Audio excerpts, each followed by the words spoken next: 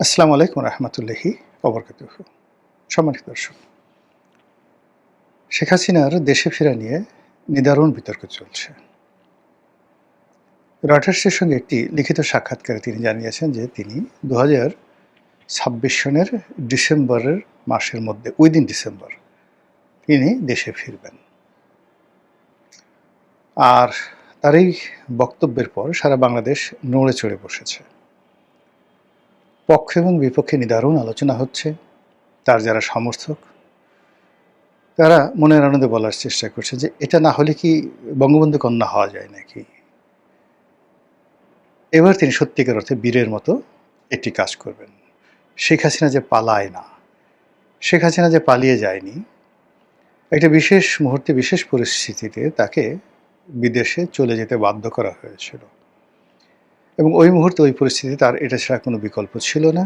এই জন্য তিনি গেছেন। আবার তিনি একেবারে বিরূপ অবস্থা, তিনি জানেন দেশে গেলে তাকে জেলে যেতে হবে, দেশে গেলে তাকে ফাঁসিতে চড়তে হবে, এমনকি তিনি মবের শিকার হয়ে মারা যেতে পারেন, এমনকি তাকে মেরে ফেলা হতে পারে, আরও অনেক কিছু। তারপরেও তিনি দেশে যা আসছেন, এই যে তার যে সাহস, দুর্নিবার সাহস, এটি জন্মগত। তার বাবার এই সাহস ছিল। পাকিস্তান শাসক গোষ্ঠীর বিরুদ্ধে তিনি তার জীবনের পুরোটা জীবন সংগ্রাম করেছেন। প্রায় ১৬টি বছর তিনি মানে সেই রাজনৈতিক জীবনে 1954 থেকে যদি 70 পর্যন্ত ধরেন ১৬টি বছর তিনি শুধু জেলেই কাটিয়েছেন। তো কাজেই জেল জুলুম হুলিয়া এই রক্তের যারা বাহক, এই বংশের যারা লোকজন, তাদের কাছে এটা কোনো বিষয় না। এটা প্রমাণ করার জন্য শেখ হাসিনা তার এই বৃদ্ধ বয়সে যখন একটা মানুষ কবরে যেতে চায়, তসবিহ তাহলিল করতে চায়, দোয়া দরুদ পড়ে জীবন কাটাতে চায়, সে তখন সে ৮০ বছর বয়সে, তাও আবার বিধবা, তাও আবার পিতৃহীন না, মাতৃহীনা, ভাই বোন আত্মীয় স্বজন দুনিয়াতে কেউ নেই। তো সেই অবস্থাতে তিনি সারা দুনিয়ার বিরুদ্ধে একা লড়ছেন শুধু আল্লাহর প্রতি ভরসা করে। এটাই শেখ হাসিনা, এটাই বঙ্গবন্ধু কন্যা, এটাই আওয়ামী লীগের রাজনীতি, এই কথা বলছেন। আর আওয়ামী লীগের লোকজন, আরে বাবা, জয় বাংলা, জয় বঙ্গবন্ধু, ধরো মারো কাটো, খেয়ে ফেলবো। এইবার মানে তারা স্বপ্নে বিভোর যে শুধু শেখ হাসিনা আসে, আবার তারা ক্ষমতা পায়, তাহলে তারা এই বাংলাদেশে কি কি করবে মোটামুটি সব কিছু ডায়েরিতে লিখে রেখেছে যেন ভুলে না যায়। তার যারা প্রতিপক্ষ, তারা যথারীতি হুঙ্কারকে ঠাট্টা করছেন যে আরে না না, একবার হাতি যদি গর্তে পড়ে সে আর উঠতে পারে না। হাতির বাহাদুরি যতক্ষণ সে মানে গর্তের বাইরে থাকে। তো শেখ হাসিনা যে গর্তে পড়ে গেছেন সেক্ষেত্রে তিনি আর উঠতে পারবেন না।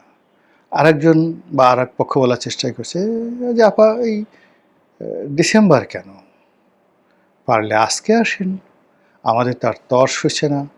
আপনার জন্য জেলখানা প্রস্তুত, আপনার জন্য ফাঁসির মঞ্চ প্রস্তুত, আপনার জন্য ফাঁসির রায় রেডি করা আছে, আপনি আসবেন আর ঝুলে পড়বেন, আর আমরা আপনাকে শাস্তি দিয়ে মনের আনন্দে বগল বাজাবো। কামন কামন আপা, আসেন আসেন আসেন ম্যাডাম, আসেন জনাবা, আসেন। এরকম একটা পক্ষ বলছেন। আর এক পক্ষ বলছেন যে আসার সঙ্গে সঙ্গেই তাকে ফাঁসিতে লটকানো হবে। এই ধরনের যে হুমকি ধামকি, কথাবার্তা, পাল্টা বক্তব্য, এগুলো চলছে। তার সঙ্গে সঙ্গে আবার খুব ইন্টেলেকচুয়াল লেভেলে যারা একটু বুদ্ধিশুদ্ধি রাখেন, তারা নানা রকম বিচার এবং বিশ্লেষণ করছেন যে এখন নয় কেন। মানে তিনি সেই জুলাই মাসে না এসে, আগস্টে না এসে, সেপ্টেম্বরে না এসে, এই দীর্ঘ সময় নিয়ে তিনি কেন ডিসেম্বর মাসে আসতে চাচ্ছেন, এবং এইটা নিয়ে তারা নানা রকম কারণও খুঁজে বের করেছে। প্রথমত হলো যে আপনি যখন কাউকে ভয় দেখাবেন, ১, ২, ৩, ধরলাম, ধরো, এ সমস্ত কথাবার্তা যখন বলবেন, তখন যে অ্যাকশনগুলো হবে, যে রিয়াকশনগুলো হবে, এবং একটা সময় ভয় পেতে পেতে ভয় পেতে পেতে সে দুটো অবস্থা হবে, সে আর ভয় পাবে না। আর একটা হলো ভয় পেতে পেতে সে এতটা দুর্বল হয়ে যাবে যে যেখানে ভয়ের কারণ আছে সেখান থেকে সে মুখ ফিরিয়ে অন্যদিকে চলে যাবে। তো শেখ হাসিনা তিনি ভালো করে বুঝে গেছেন যে তার প্রতিপক্ষরা তাকে ভয় পায়, যমের মতো ভয় পায়, বাঘের মতো ভয় পায়। তিনি বুঝে গেছেন যে আদর করে, সোহাগ করে শাসন করা, এটার চাইতে ভয় দেখিয়ে শাসন করাটা সহজ, বেশি কষ্ট যায় না। যখন দেখা যাচ্ছে যে খুব সামাজিক অবস্থা নরম সরম, সেখানে সারা বাংলাদেশে শত শত হাজার হাজার মারামারি, খুনাখুনি, কাটাকাটি হতে থাকে। আর দেখা গেল যে কোনো একটা ভয়ের রাজত্বে একটা দুটো সেই গুম করা হলো, খুন করা হলো, সারা মানুষের মনে সেই শাসক দলের যারা লোকজন আছে তাদের সম্পর্কে ভীতি ছড়িয়ে পড়লো। তখন মানুষ নিজ নিজ কর্মে এত ব্যস্ত হয়ে যায় যে পারস্পরিক যে দ্বন্দ্ব সংঘাত সেটা করে যে হানাহানি, সেটার পরিমাণ কমে যায়। এবং আশ্চর্যের ব্যাপার হলো, যেমন ধরুন আপনি হিটলারের যে নাৎসি শাসন, মুসোলিনির সেই ফ্যাসিজম, ওখানে যত ক্ষয়ক্ষতি হয়েছে, খুনাখুনি হয়েছে, সেটা রাষ্ট্রীয় বাহিনীর হাতে। কিন্তু যেটিকে বলা হয় পাবলিক অ্যাঙ্গার, জনগণের মধ্যে বিশৃঙ্খলা, সেটা ওখানে নাই বললেই ছিল, মানে ছিল নাই বলতে গেলে। তো সেই দিক থেকে শেখ হাসিনা বুঝে গেছে যে কি করে এই বাঙালিকে ভয় দেখাতে হয় এবং ভয় দেখিয়ে কি করে জয় করা যায়। আর এর বাইরে হালাকু খান, চেঙ্গিস খান, এটা আমি আলাদা একটা ভিডিও করব আরও পরে। তারপরে তৈমুর লং, গিয়াসউদ্দিন বলবন, এরকম অনেক শাসক ছিলেন, মোহাম্মদ বিন তুগলক, আলাউদ্দিন খিলজি, মানে যাদের সামনে আমির উমরা তারা পর্যন্ত দাঁড়িয়ে প্রস্রাব করে দিতেন ভয়ে। আলাউদ্দিন খিলজি বা সুলতান গিয়াসউদ্দিনের বলবনের দিল্লির রাজদরবারে তিনি ধমক দিয়েছেন বা প্রশ্ন করেছেন, সঙ্গে সঙ্গে অনেক আমির উমরা, সেনাপতি প্রস্রাব করে কাপড় চোপড় নষ্ট করে ফেলেছে। এরকম ঘটনা বহু ঘটেছে। তো বুঝেন যে কিভাবে, মানে তিনি যেখানে যেতেন সেখানে তার নিষ্ঠুরতা এমন পর্যায়ে যেত যে তার সাথে যুদ্ধ করার সাহস কেউ হতো না। তো সেই ক্ষেত্রে শেখ হাসিনা যে দৃষ্টান্ত স্থাপন করেছেন বাংলাদেশে, যে ভয়ের রাজত্ব কায়েম করেছেন বা করেছিলেন, তার প্রেক্ষিতে সবাই যেটা চিন্তা করছে যে আওয়ামী লীগ যদি বাংলাদেশে আসে, শেখ হাসিনা যদি ফিরে আসে, তাহলে পিঠের চামড়া থাকবে না, শরীরের অন্ডকোষ থাকবে না, কারো ঘরে বউ থাকবে না, কারো ঘরে কন্যা থাকবে না, কারো ব্যাংকে টাকা থাকবে না, কারো দোকানপাটে মাল সামানা থাকবে না। একেবারে গনিমতের মাল হিসেবে ধরো, মারো, কাটো, যা ইচ্ছে তাই করো, এরকম 7 দিন শেখ হাসিনা হুকুম দেবেন। তো এরকম অবস্থা যদি চলতে থাকে বা হয়, তার থেকে বাঁচার জন্য দুটো পদ্ধতি রয়েছে।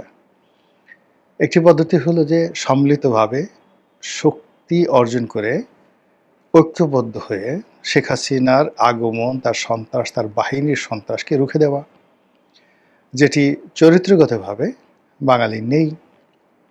বাঙালি সবসময় শক্তের ভক্ত, নরমের জম। তারা যখন দৌড়ায়, আপনি পিছন থেকে ধরেন ধাওয়া দিচ্ছেন, কোনো অবস্থাতে তারা পিছনে তাকায় না, তারা দেখেও না যে কে তাড়া দিল বা কে পিছনে আসে। আপনি বলছেন যে ধর, অমনি নিউ মার্কেটের সেই বা নীলক্ষেতের মোড় থেকে বা সিটি কলেজের মোড় থেকে বা শাপলা চত্বর থেকে তারা দৌড় শুরু করবে। দৌড় শুরু করে ৩-৪ কিলোমিটার যাওয়ার পরে তাদের তখন মনে হবে যে পিছনে তাকায় দেখিতে কেউ আসছে কিনা, তাকায় দেখা গেল কেউ আসেনি। এই হলো আমাদের দৌড়ের ইতিহাস। এরপরে আমরা যখন দৌড়াই, তখন নিচে বাঁচার জন্য আমরা যে কাজ করি, পাশের যে লোক তাকে ধাক্কা মারি। ধাক্কা মারি এই কারণে যেন সে পড়ে যায়, পড়ে যাওয়ার পর তাকে যারা তাড়াচ্ছে তারা যেন ওই যে পড়ে গেল তাকে ধরে ফেলে এবং আমাকে যেন বাঁচায়। এই জন্য আমি পাশের লোকের ধাক্কা দিই, পাশের লোকের ল্যাং মারি, সামনে যে লোকটা আছে তার কলারটা ধরে টেনে তাকে পিছনে দিয়ে আমি দৌড়ে চলে যাই। আমাদের দেশে যে সকল মিছিল হয়, রাজনৈতিক মিছিল হয়, সেই মিছিলে যে পুলিশের লাঠিচার্জ হয়, সেই লাঠিচার্জের সময় দেখবেন রাজনীতির, সেটা আওয়ামী লীগ, বিএনপি, জামাত যাদের হোক না কেন, মানে এইভাবে চেইন করে একজনের হাত ধরে রুখে দেওয়ায় না আর একসাথে পালায় না, তারা সবাই বিচ্ছিন্নভাবে পালায়। একে অপরের সাথে পাল্লা দিয়ে পালায় এবং পালানোর সময় ওই আমি যেইভাবে বললাম তাদের সহযোদ্ধাকে কাউকে ল্যাং মারে, কাউকে পিছনে ফেলে দেয়, কাউকে সামনে নিয়ে এগোয়। এরকম একটা পরিস্থিতি তারা তৈরি করে। তো সেই ক্ষেত্রে শেখ হাসিনার বিরুদ্ধে সম্মিলিতভাবে একত্র হবে, রুখে দাঁড়াবে, এটা আমাদের ডিকশনারিতে নেই। যদি এটা নতুন করে হয় সেটা আমাদের একটা নতুন অর্জন হবে। এই গেল এক। ২ নম্বর হলো যে আমরা খুবই কলহপ্রবণ একটা জাতি। ইবনে বতুতা থেকে শুরু করে ফাহিয়ান থেকে শুরু করে অন্য যে সকল বিদেশি পর্যটকরা রয়েছেন, বিশেষ করে মিনহাসুস সিরাজ, তিনি এই ভারতবর্ষের লোকজন সম্পর্কে, বাঙালিদের সম্পর্কে যে সকল কথাবার্তা বলেছেন, তার প্রথম পরিচয় হলো আমরা খুবই অস্থির চিত্ত এবং কলহপ্রবণ, সন্দেহপ্রবণ এবং সুখের সময় আমরা নষ্ট করি কলহ বিবাদ করে। এবং আমাদের দেশে দেখবেন যে বিয়ে বাড়িতে যে সকল ঝগড়াঝাটি হয়, বিয়ে বাড়িতে সুখের সময় সেখানে খুব ছোটোখাটো বিষয় নিয়ে পান নিয়ে ঝগড়া হয়, গেট কাটার সময় ঝগড়া হয়, খাবার টেবিলে আমার মাংসের পরিমাণ কম হলে কেন, বা ওকে রান দিলি কেন, আমাকে থান দিলি কেন, এগুলো নিয়ে ঝগড়াঝাটি হয়ে বিয়ে ভেঙে যায়। এই হলো আমাদের দেশের পরিবেশ, যেখানে আমরা প্রকৃতিগতভাবে যে কোনো সুখের পরিবেশকে, শান্তির পরিবেশকে নিজেরা ঘেটে ঘুটে সেখানে সেগুলোকে কর্দমাক্ত করে ফেলি। তো সেই দিক থেকে যেটা হলো যে এখন বিএনপি জামাতের সত্যিকার অর্থে সুখের সময়। কোনো there is no reason BNP এবং জামাত পরস্পরের বিরুদ্ধে, বা এনসিপি, তিনটি রাজনৈতিক দল একে অপরকে দায়ী করবে, গালাগালি করবে, দেয়ার ইজ নো রিজন। সবাই তারা যে পেয়েছে, যা কিছু পেয়েছে, এটা beyond there expectation and limitation. তাদের যেটা সীমাবদ্ধতা ছিল এটা অতিক্রম করে তারা বিজয়ী হয়েছে। তারা যেটা পেয়েছে সেটা তাদের স্বপ্নেরও অতীত। সবাই, বিএনপি এত মেজরিটি পাবে, এনসিপি এতগুলো মানে এমপি হবে, বা তাদের দল পার্লামেন্টে যাবে, নাহিদ চিফ হুইপ হবে, জামাতের আমির বিরোধী দলীয় নেতা হবে, ৭৭টা তারা সিট পাবে। মানে it is absurd and impossible. এটা ইতিহাসে একবারই ঘটেছে, অতীতে কখনো ঘটেনি এবং আগামীতেও ঘটবে বলে আমার কাছে মনে হচ্ছে না। কিন্তু এই যে একটা সুখের সময়, এটাকে যে তারা উপভোগ করবে, আনন্দ করবে, তা না করে তারা কলহ এবং বিবাদ করছে বাঙালির অতীত ইতিহাসের কারণে। তারা একে অপরের বিরুদ্ধে ঘুরো করছে, তারা একে অপরকে খোঁটা দিচ্ছে এবং এটি লড়াই এবং সংগ্রামের পথ এমনভাবে উন্মুক্ত করছে যা দিয়ে আলটিমেটলি শেষ পর্যন্ত শেখ হাসিনার মানে আসার যে পথ, এটি উন্মুক্ত হয়ে যাবে। তো সেই ক্ষেত্রে শেখ হাসিনা এই যে জানে যে কলহবিবাদ জাতি, ফলে সে এই জুলাই মাস থেকে একদম নভেম্বর মাস পর্যন্ত বিভিন্ন রকম নাটক করে, সিনেমা করে, থিয়েটার করে, আতশবাজি করে, নেচে গেয়ে, হাসিতে কান্নাতে বিভিন্নভাবে সে এই রাজনীতির যে বন্ধন বর্তমানে বাংলাদেশে আছে এটাকে ছিন্ন করে দেবে। একবার ভয় দেখাবে, একবার প্রেম দেবে, একবার ফুল দেবে, একবার আলোচনা করবে, একবার এটা করবে, এটা করবে।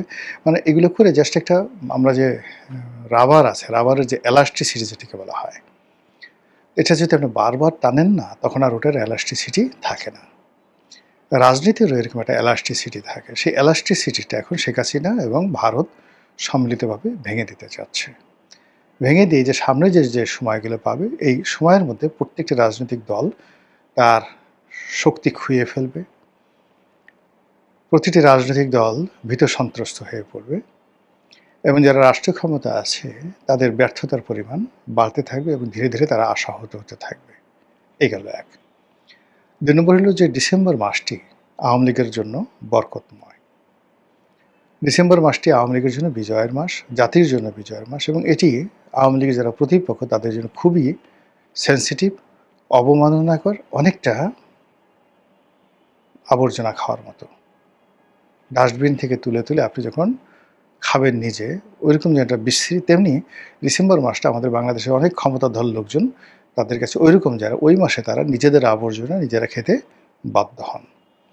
ঠিক সেই ডিসেম্বরে এবং বিশেষ করে ১৬ই ডিসেম্বর বিজয়ের দিনে যদি শেখ হাসিনা আসেন বা আসার ভয় দেখান বা পরিস্থিতির সৃষ্টি করেন, তাহলে তার যে প্রতিপক্ষ, সেই প্রতিপক্ষরা তারা মুখ তুলে কথা বলতে অন্য সময় হলে যেভাবে তারা গাল ফুলিয়ে কথা বলতে পারে, ডিসেম্বর মাসে তাদের কণ্ঠ আস্তে চুপ হয়ে যায়। এরপর আরও কিছু ঘটনা ঘটে। মানুষের মধ্যে একটা বিজয়ের আনন্দ থাকে। প্রত্যেকটা মানুষের মধ্যে একটা উদ্দীপনা থাকে। বিজয়ের আনন্দ থাকে, উদ্দীপনা থাকে। তো সেই অর্থে আওয়ামী লীগের লোকজন অন্য যে সময় যে অবস্থায় থাকুক না কেন, ডিসেম্বর মাসে তাদের উদ্দীপনাটা বাড়বে। নভেম্বর থেকে একেবারে ফেব্রুয়ারি পর্যন্ত এই উদ্দীপনাটা তাদের মধ্যে কাজ করবে। ঠিক সেই সময়টাতে আসুন বা না আসুন, তিনি এই যে আসার যে ঘোষণাটা দিয়েছেন, এটা তার দলের নেতাকর্মীকে চিয়ার আপ করবে। আর কোনো কারণে যদি পরিবেশ, পরিস্থিতি, আন্তর্জাতিক নেগোসিয়েশন, হোয়াটএভার মেবি, যাই হোক না কেন, তিনি যদি ঝুঁকিটা নিয়েই বসেন, তাহলে সেটা সামাল দেওয়া সরকারের জন্য ভীষণ রকম কঠিন হয়ে যাবে। এত কঠিন হয়ে যাবে যেটা আমরা কল্পনাও করতে পারছি না। মহান আল্লাহ আমাদের সবাইকে হেদায়েত দান করুন এবং হেফাজত করুন। আসসালামু আলাইকুম ওয়া রাহমাতুল্লাহি ওয়া বারাকাতুহু।